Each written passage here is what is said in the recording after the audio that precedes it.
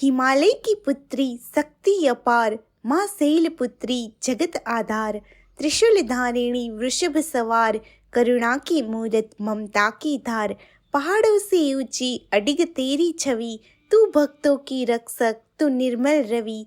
तेरी महिमा अपरंपार, तेरी बिना अधूरा संसार।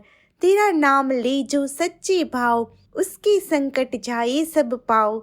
सती का पुनर्जन्म तू बनी, फिर शिव की संगिनी तू बनी।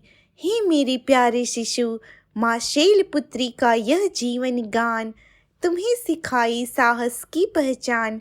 अडिग रहो जैसे पर्वत महान, हर कठिनाई को बनाओ आसान।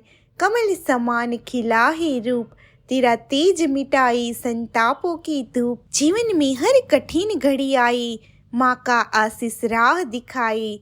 त्रिशूल तुम्हें दे बल और ज्ञान, बनी सदा सत्य तुम्हारी पहचान। कमल पुष्प जैसी कोमलता हो, पर संकल्प में अटल महिमा हो। हे माँ, हमें शक्ति देना महान, हर बाधा में मिले तेरा ज्ञान। हम भी हिमालय से अडिग बने, तेरी कृपा से जीवन धन्य करे। हे मेरे नन्हे दीप, तुम भी हिमालय सा ऊंचा उठना, हर कठिनाई से आगे बढ़ना। माँ की कृपा से पूजित बनो, जगत में अद्भुत ज्योति बनो। जय माँ शैलपुत्री।